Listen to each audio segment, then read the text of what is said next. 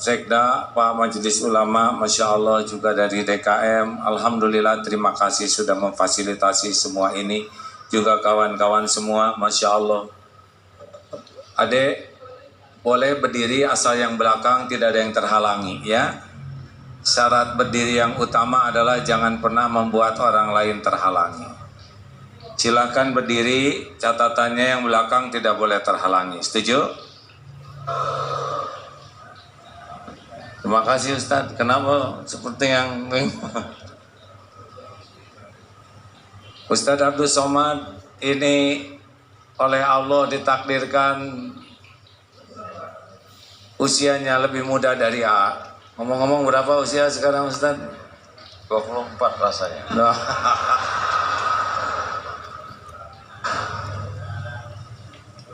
Saya 58, beliau 43. Tadi kan 43 utang ya. Yang asli Baru ingat tahun 2020. oh, Alhamdulillah. Ya insya Allah setiap ulama pasti ada cobaannya. Amin ya. Dan cobaan itu pasti akan membuat semakin bisa dekat dengan Allah. Amin ya. Ustadz, kalau naik pesawat, pesawatnya lancar, Ustadz lihat banyak yang zikir tidak di pesawat. Tidur semua. Tidur. Kalau pesawatnya digoncang, apa yang terjadi? Pada zikir tidak? Allah semuanya menyebut Masya Allah, Allahu Akbar, takbir semua. Gitu ya. Nah itulah pentingnya goncangan ya. Ya Allah. Kalau tidak digoncang cenderung lupa ke Allah. Kalau di Allah Akbar, begitulah hadirin sekalian ya. Silakan Ustadz yang mendahului, saya bagian menyimak. Dalam programnya sebetulnya saya jadi pembawa acara malam ini. Oh iya? Iya. Kok sama dengan program saya juga pembawa acara. Jadi jemaah sekalian, malam ini kita bersyukur pada Allah kedatangan seorang ulama. Saya diberikan kesempatan untuk membuka acara ini. Mari kita buka dengan ucapan basmalah.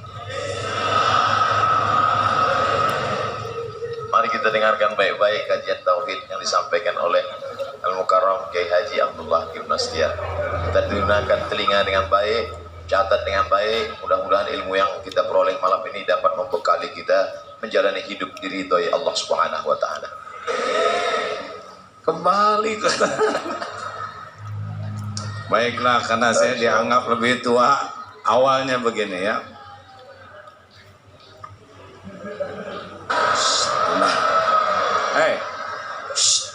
Dengar. Jangan pernah berbicara sesuatu yang tidak ada manfaat. Tidak terdengar? Jangan banyak komentar ya. Setiap komentar pasti dicatat oleh Allah dan ada dipertanggungjawabkan. Bagaimana sekarang, jelas tidak? Tidak.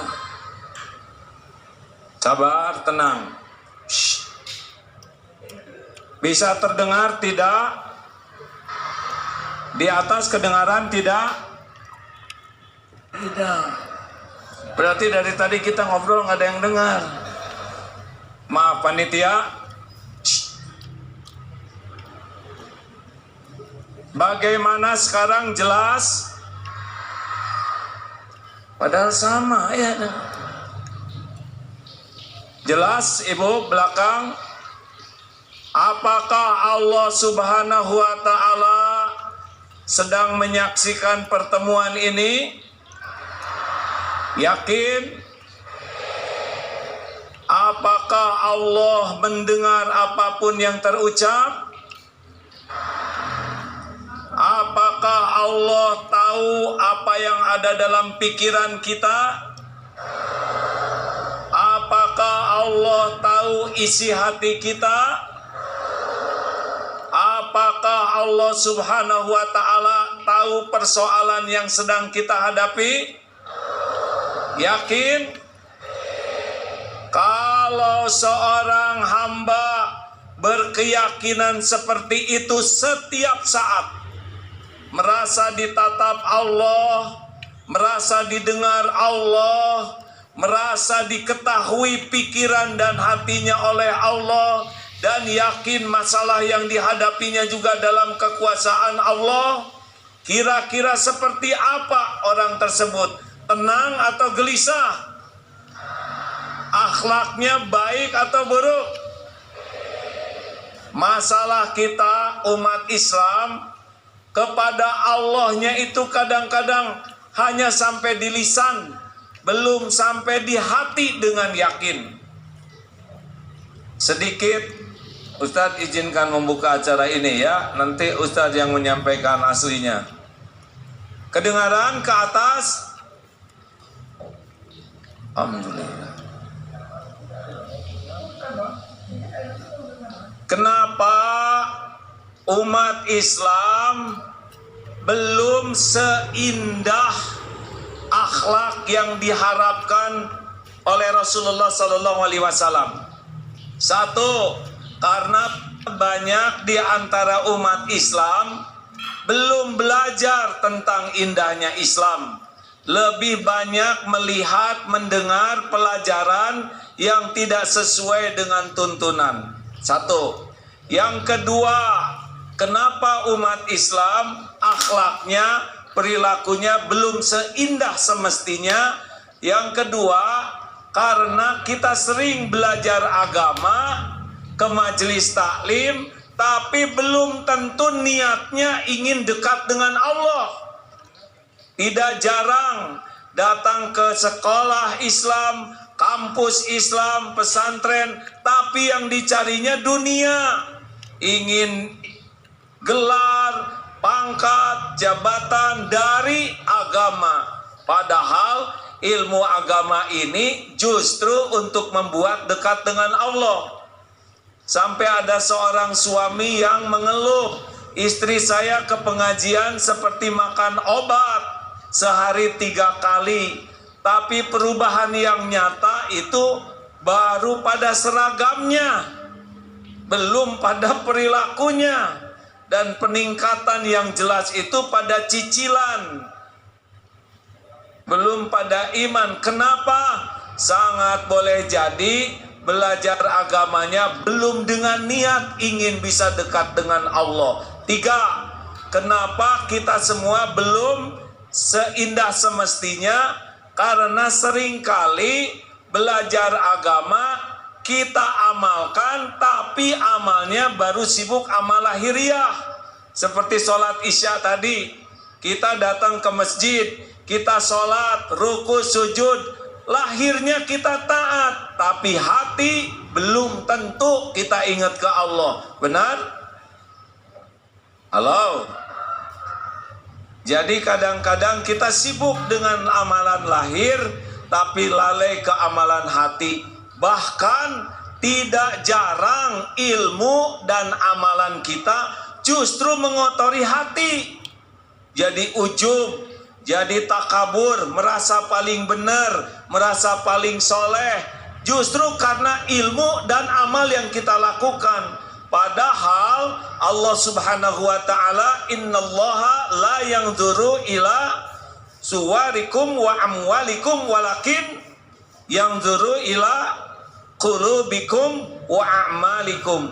Allah, sesungguhnya Allah tidak melihat rupa dan hartamu, tapi Allah melihat hati dan amalmu. Seharusnya kita belajar agama dan mengamalkan agama itu membuat hati jadi makin bersih, amal makin melimpah. Demikianlah pendahuluan dari acara kajian malam ini. Penjelasan selanjutnya oleh Ustadz Abdul Somad.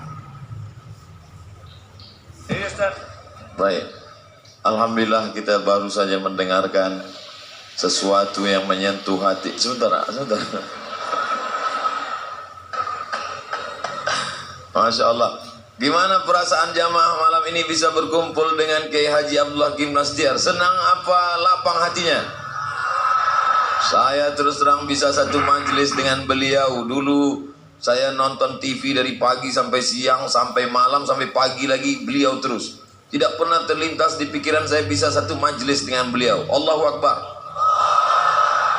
Ketika orang memuji A.A. Gim, tampil di seluruh TV, bagaimana cara A.A. Gim bisa meluruskan niat dan membersihkan hati?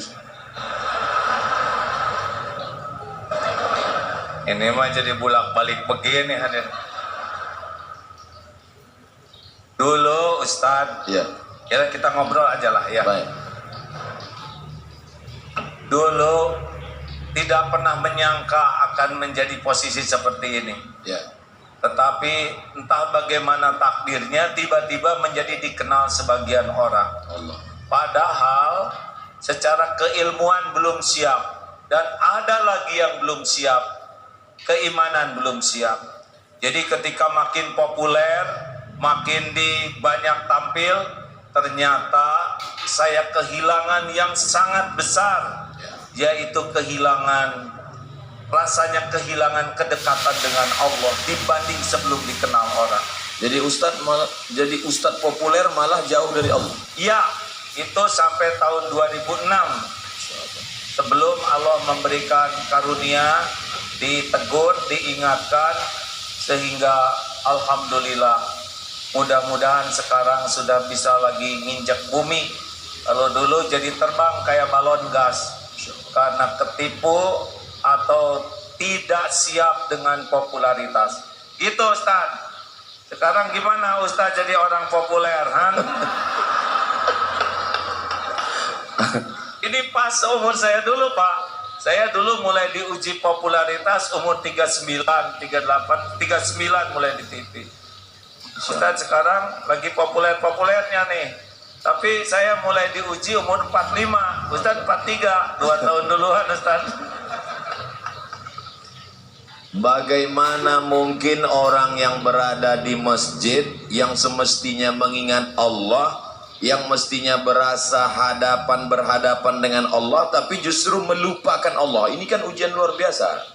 Ya memang kalau mulut mudah menyebut Allah, tapi hati belum tentu. Dan bahayanya penceramah model kita Ustadz, ya kalau orang awam, Wali, alhamdulillah nih tuan rumah. Waalaikumsalam warahmatullahi wabarakatuh. Pak, apa kabar? Masya Allah Pak Wali. Masya Allah. Ya, lanjut mau ikut gabung sini Pak Wali. Makasih Pak Wali, alhamdulillah. Beliau harus banyak didoakan karena jadi orang yang ditakdirkan diberi amanah berat di Batam ini, betul? Jadi kalau lihat pejabat tuh harus kasihan, ya. Jabatannya tidak lama di dunia, tapi hisabnya lama di akhirat. Makanya doakan, doa. Jangan hanya menuntut, yang penting mendoakan. Betul Pak Wali? Masya Allah. Ada sebagian orang ketika dia diuji dengan sakit, dia katakan saya sedang diuji. Diuji dia dengan kemiskinan, dia katakan saya sedang diuji. Tapi ketika dia punya popularitas, punya jabatan, dia menganggap ini nikmat. Logika berpikir seperti ini betul atau keliru? Salah. Oh, jadi saya yang jawab terus. Jadi justru ujian yang ada puji, ada caci. Ujian yang terberat itu pujian. Kenapa berat? Karena pujian ini cocok dengan yang nafsu sukai. Jadi kalau nafsu suka, itu lebih berat.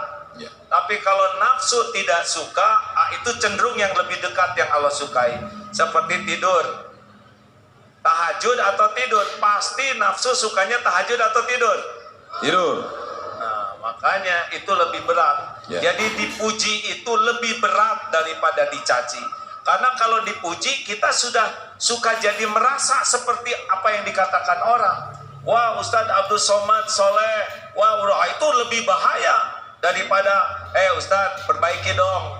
Nah itu lebih bagus. Berarti kalau gitu kita lebih berusaha mencintai haters daripada lovers. Ya lover dicintai, haters juga dicintai. Masya Allah. Karena tidak rugi kita dikritik orang. Yang rugi itu sebetulnya kalau terpedaya oleh pujian orang. Sekarang bagaimana rasanya Ustaz jadi orang terkenal? Masya Allah, tabarakallah. Kita sedang disadarkan bahwa selama ini kita salah melihat hidup. Selama ini kita merasa kalau sedang sakit diuji Allah. Ketika kita sedang miskin diuji Allah. Ketika kita sedang dapat jabatan, alhamdulillah saya diberi, padahal sebenarnya juga bagian dari Dan lebih berat ujiannya. ujian jabatan, Iya. ujian popularitas. Lebih berat, Pak. Kalau orang populer seperti Ustadz Abdul Somad ini ya, Ada contoh lain enggak? udahlah giliran. Kalau orang tidak dikenal, bikin kesalahan bisa dia sendiri, Pak. Ya. Tapi kalau model orang hampir nyebut kita, model Ustadz yang terkenal ini, Ya. bikin satu aja kesalahan, Ya. ditiru orang banyak, udah nggak tahu gimana ngejar tobatnya itu. Dosa jariah. Iya, dan terus disampaikan, apalagi sekarang dengan seperti ini lebih sensitif lagi. Insyaallah. Makanya siapapun, dan orang terkenal itu bukan karena maunya orang, karena maunya Allah. Ujian, tidak usah ingin terkenal, dan kalau nggak ada takdirnya nggak akan pernah terkenal. Tapi yang udah ditakdirkan terkenal harus obat habis-habisan supaya tidak terpedaya oleh keterkenalannya. Bagaimana memanage hati kita supaya kita tidak terpedaya oleh setan yang luar biasa? Jadi terbalik, ini tidak sesuai rencana saya. Rencana saya mau dengerin Ustadz ceramah. Saya sedang belajar ilmu tauhid. Bagaimana mensucikan hati, Gimana jamaah? Gimana membersihkan nih, ya? hati. Tidak boleh mengadu ke jamaah. Oh gitu ya. Aneh pada saya tuan rumahnya. Begini Ustadz, kata guru saya, kalau kita sedang diuji dengan dihormati orang lain, Ya. pokoknya kalau orang menghormati kita pasti minimal dua hal. Satu, yang dipuji oleh orang itu pasti karunia Allah. Ya. Wah ini pintar, pasti karunia Allah. Ya. Wah ini hebat, pasti karunia Allah. Wah ini kaya, pasti karunia Allah. Pokoknya kalau orang muji kita, yang dipuji itu pasti pemberian Allah. Pemberian Itu Allah. yang pertama. Jadi kan kita harus tahu, oh ini yang dipuji pemberian Allah. Yang kedua, kenapa kita dipuji orang? Karena Allah menutupi aib, dosa, kejelekan dan kekurangan kita. Nah kata guru saya, kalau kita sedang dikagumi orang, dipuji orang, sibuk lihat apa yang Allah tutupi daripada sibuk menikmati pujian penghargaan orang. Masya Allah, tabarakallah. Jadi sebenarnya ketika kita sedang dimuliakan, diagungkan, dihormati, disanjung tinggi, sebetulnya bukan prestasi kita, tapi karena pemberian pinjaman Allah, dan Allah menutupi aib cacat kita. Benar, dan itu ujian lebih berat daripada nggak ada yang muji. Kenapa Allah tidak buka? Itu semua karena sayang Allah kepada kita. Sayang Allah, mungkin doa orang tua, mungkin kita pernah nolong seekor kucing, mungkin kita pernah ngasih minum burung, dan Allah suka dengan kebaikan kita, yang kita tidak merasa hebat dengan kebaikan itu, tapi Allah suka.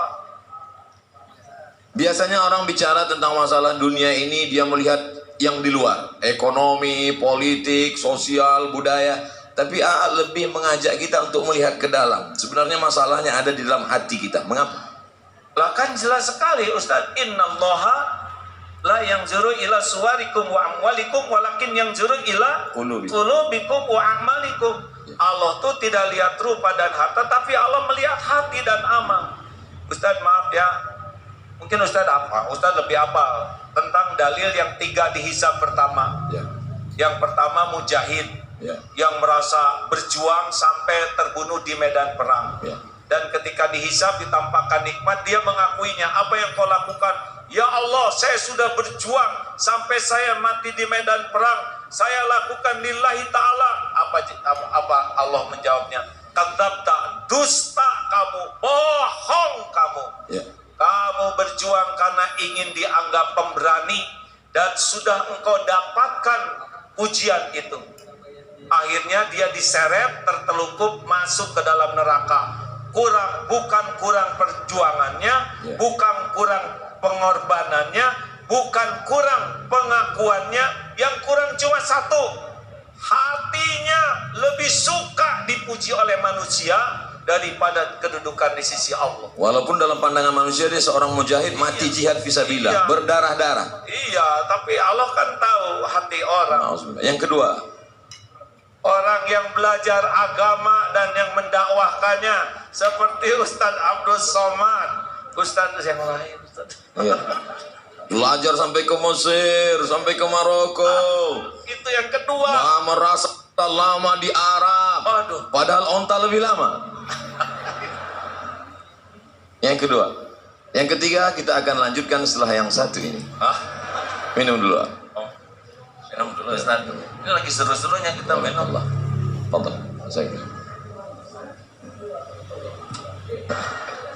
Masya Allah, tabarakallah. Yang kedua itu yang belajar agama dan mendakwahkannya, belajar Quran dan membacanya. Tidak semua ke surga. Jadi jangan kaget kalau di akhirat, na'udzubillah min zalik, ada ulama yang terkenal di dunia tapi tidak ke surga.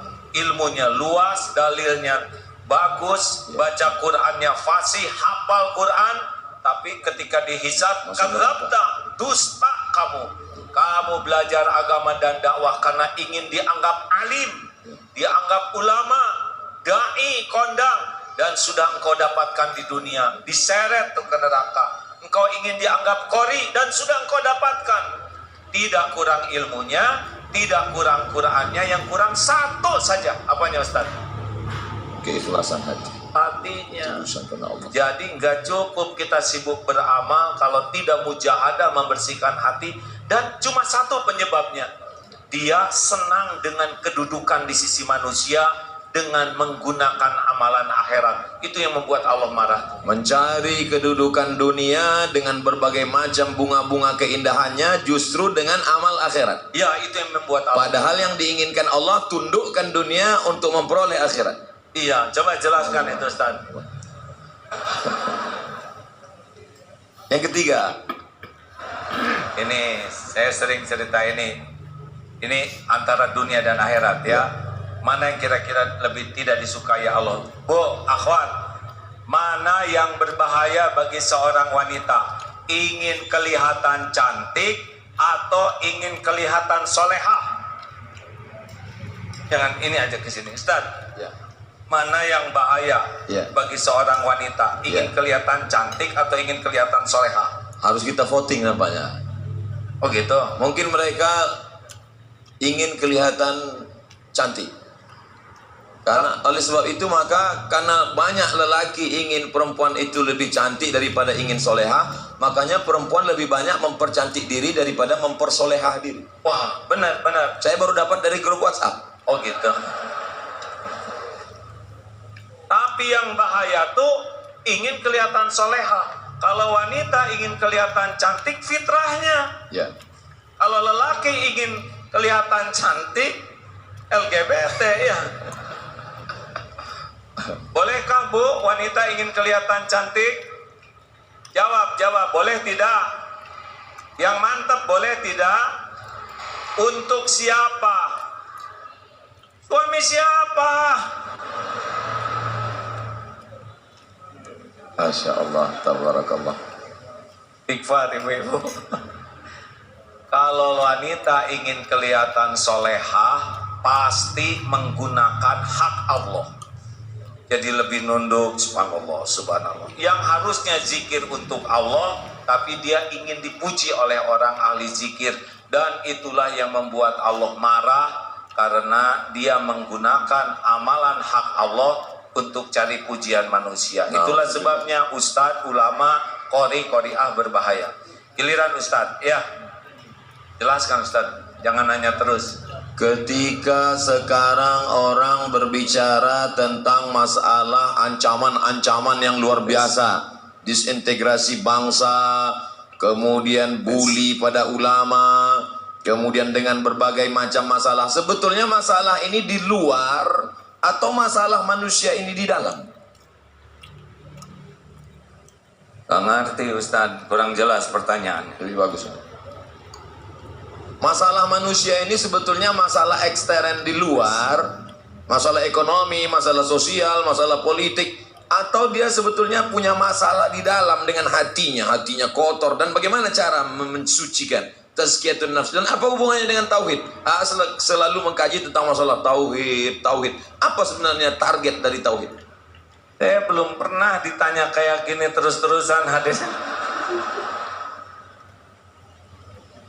Duduk bersama seorang yang lebih faham, tentang masalah kehidupan. Ada ilmu yang tersurat, ada yang tertulis, tapi ada yang tersirat.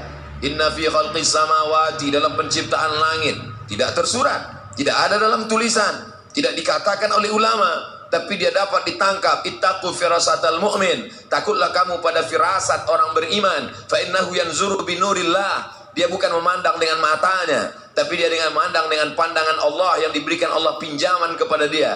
Maka duduk sejenak dengan orang berilmu sama dengan duduk berjam-jam bahkan berhari-hari di perpustakaan. Kita nikmati duduk bersama dengan orang berilmu ini, maka kita ambil semuanya, mudah-mudahan jadi bekal kita di masa akan datang. Takbir. Semangat mereka. Kita dengarkan jawabannya. Tauhid, tauhid. Seumur-umur saya ceramah, baru kali ini saya dipaksa menjawab begini. Ilmu yang saya dapatkan begini, mengapa Rasulullah SAW diutus ke bumi? Ya. Innama bu'itsu liutammima makarimal akhlak. Sesungguhnya hamba diutus ke bumi hanyalah untuk menyempurnakan kemuliaan akhlak. Beliau bersimbah keringat, air mata, bahkan darah, agar kita semua memiliki akhlakul karimah. Karena semua masalah itu gara-gara akhlak yang buruk. Politik itu tidak ada masalah, tapi menjadi masalah kalau berpolitik dengan akhlak yang buruk. Ekonomi itu juga tidak masalah, tapi jadi masalah kalau akhlak buruk. Dalam rumah tangga juga yang jadi masalah itu adalah akhlak. Benar? Ada ikhwan yang belum nikah? Maaf akhwat, ada yang belum nikah? Coba dengar ini ya, akhwat, khusus bagi yang belum nikah, yang udah terima apa adanya ya. Akhwat, maukah punya suami yang rupawan? Jawab, jawab. Sudah rupawan, pinter, mau? Sudah rupawan, pinter, banyak uangnya, mau? Tapi akhlaknya bejat, mau? Jelas? Ada harapan untuk saudara-saudara ya, yang kurang rupawan, kurang pinter, kurang duit, asal akhlak, mau? Akhlak, betul? Coba ikhwan, maukah punya istri rupawan? Udah rupawan, pintar, udah pinter, banyak uangnya, tapi akhlaknya mulia. Dengar akhwat, suara terkeras bukan masalah rupa, tapi masalah akhlak, benar?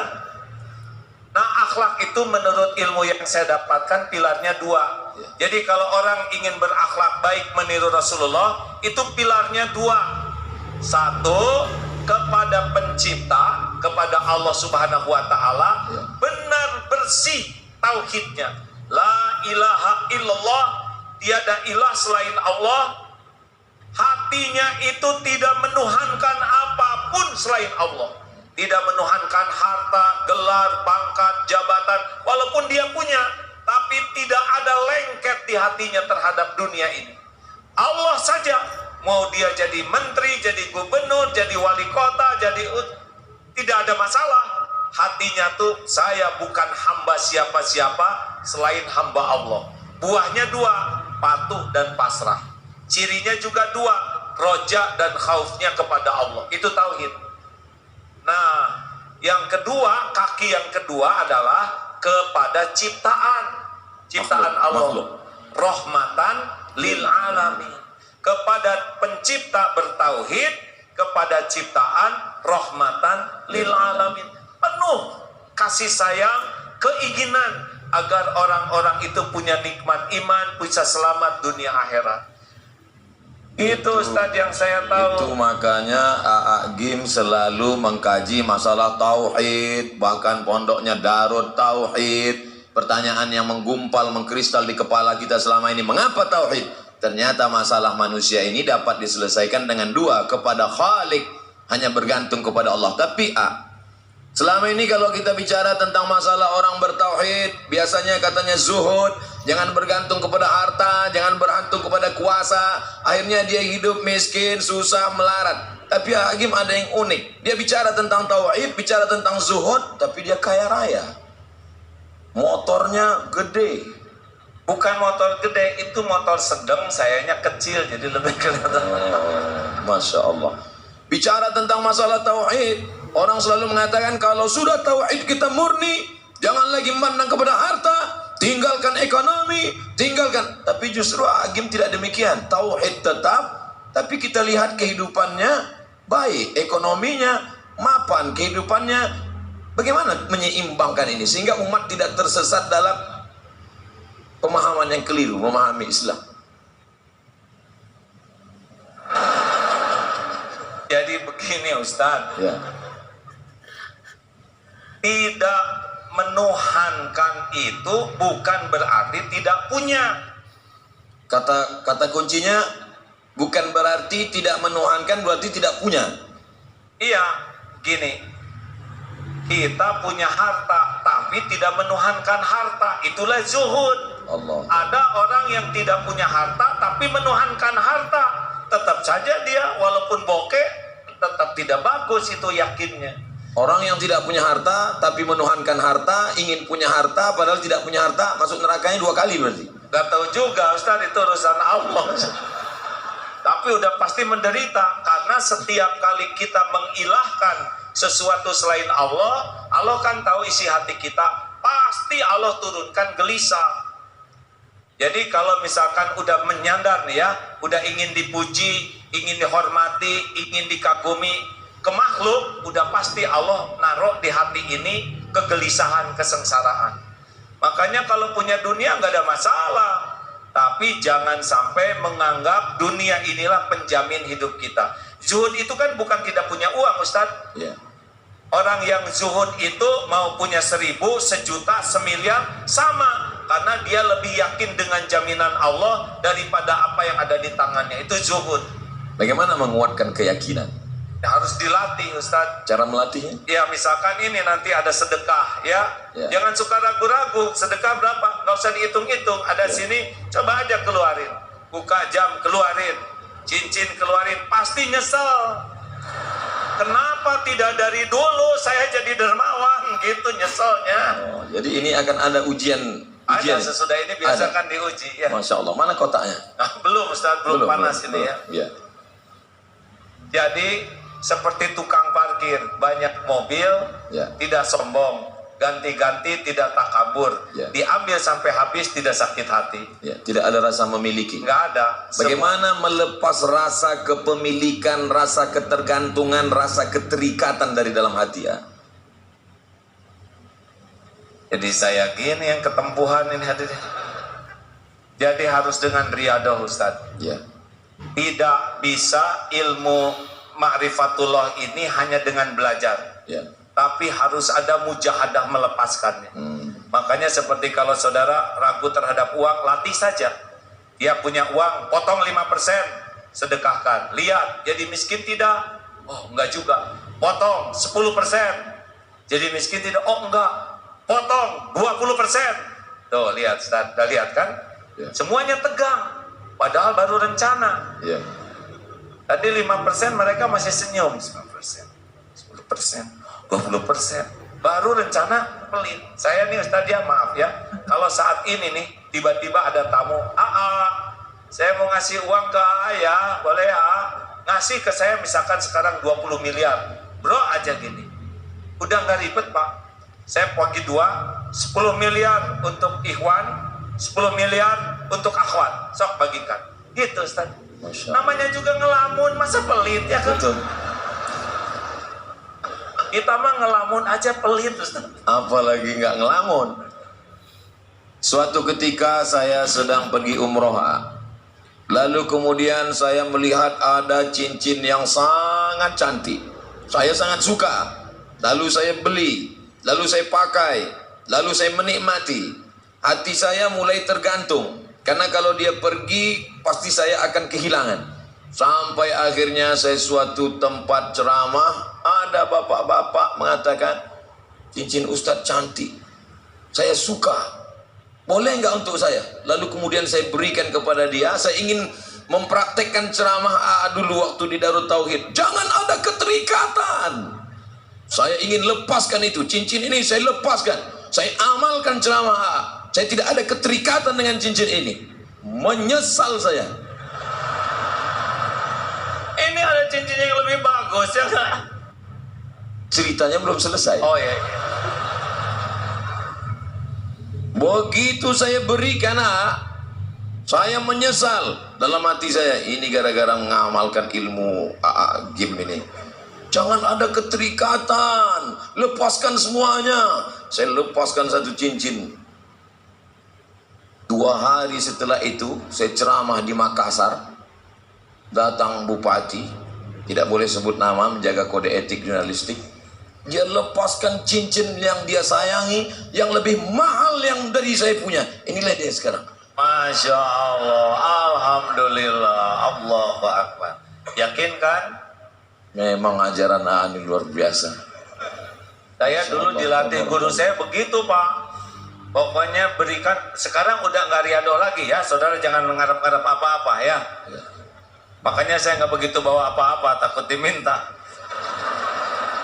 Dulu sama Ustadz, punya cincin ada lafaz Allah, bagus kata guru, kasihkan. Sampai dulu sekali baju itu sampai tinggal 1 Ustadz, baju untuk ceramah. Nah malam minggu itu saya ingat ceramah di Jatinangor. Jatuh karena ceramahnya di kampung. Tes, kedengaran Bu? Jelas?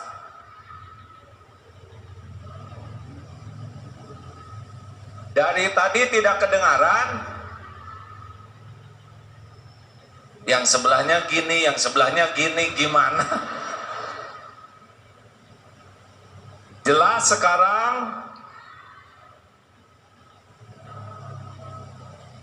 Ya memang hidup tidak mungkin memuaskan setiap orang. Nah hadirin, saya ingat tuh Ustadz, pada subuh, waktu itu saya masih tinggal dengan orang tua. Sedih karena pagi harus ceramah, tapi baju tidak ada karena yang semalam kotor. Ya Allah, saya sudah berusaha ngamalkan perintah guru saya, dan sekarang saya nggak punya baju ganti untuk ceramah. Masya Allah tuh pada subuh, datang tuh tamu bawa baju batik 2 seperti ini, safari.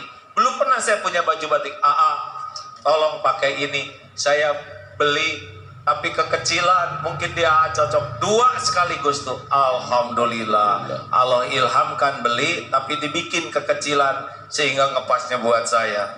Jadi benar-benar tidak akan pernah balasan dari Allah itu mengecewakan. Gimana kalau ketika memberi itu ada harapan dalam hati, mudah-mudahan Allah balas, Allah ganti, boleh nggak? Boleh, karena ngarep-ngarepnya dari Allah. Hanya levelnya belum level bagus. Kalau level yang paling bagus VVIP tanpa ada harapan sama sekali. Dan Allah udah tahu kita berharap di hati kecil. Allahu Akbar. Kan lintasan hati. Wa huwa alimun bidatis sudur wa asiru qaulakum awijharu bi innahu alimun bidatis sudur. Mau engkau rahasiakan kata-katamu, mau engkau keraskan seperti ini, sesungguhnya Allah tahu isi hati. Al-Mulk 13. Ya. Allahu Akbar. Sulitkah bagi Allah Subhanahu wa taala memberikan yang kita minta? Kenapa Allah tidak pernah mengabulkan semua keinginan kita? Apa rahasia di balik itu? Karena belum tentu baik yang kita inginkan.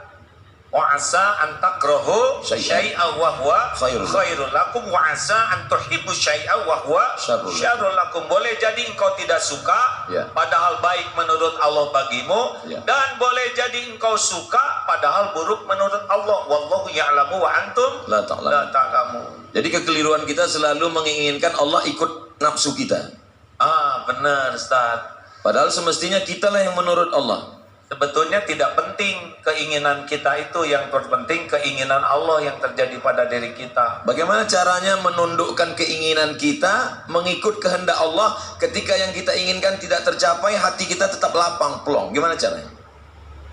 Ya Allah, belum pernah sepanjang saya ceramah jadi terdakwa begini. Santri di Darut Tauhid mah nggak ada yang berani kayak gini Ustaz. Nggak apa-apa begini hadirin, sebetulnya saya mau dengerin ceramah beliau ini.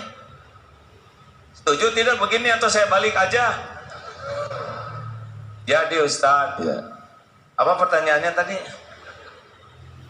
Selalunya kita menginginkan Allah mengabulkan keinginan kita. Ketika Allah tidak memberi apa yang kita inginkan, lalu kita merasa sempit, sulit, marah. Bahkan tidak sedikit dari orang marah kepada Tuhan. Na'udzubillah.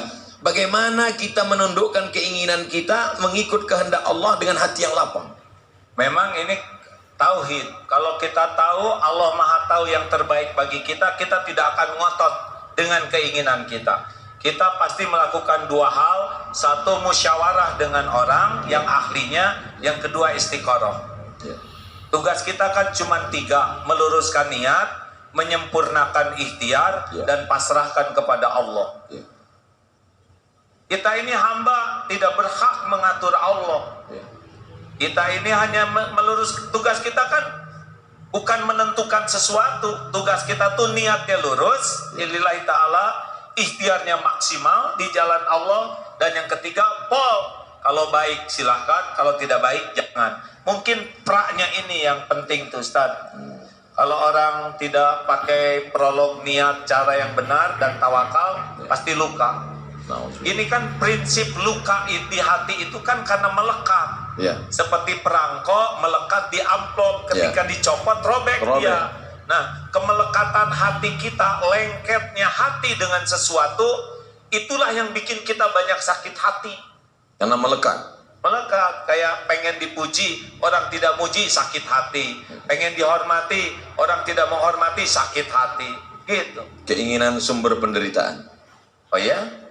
Iya benar juga. Ada lagunya itu. Coba Ustadz jelaskan lagu keinginan sumber penderitaan. Semakin besar keinginan, semakin besar hawa nafsu, semakin besar kekesalan dan penderitaan ketika tidak terkabul. Karena kita sudah membuat suatu obsesi besar. Tapi kalau kita lihat hadis Nabi SAW, Nabi berkata, saat aku lihat percikan batu pertama, kamu akan membebaskan Rom.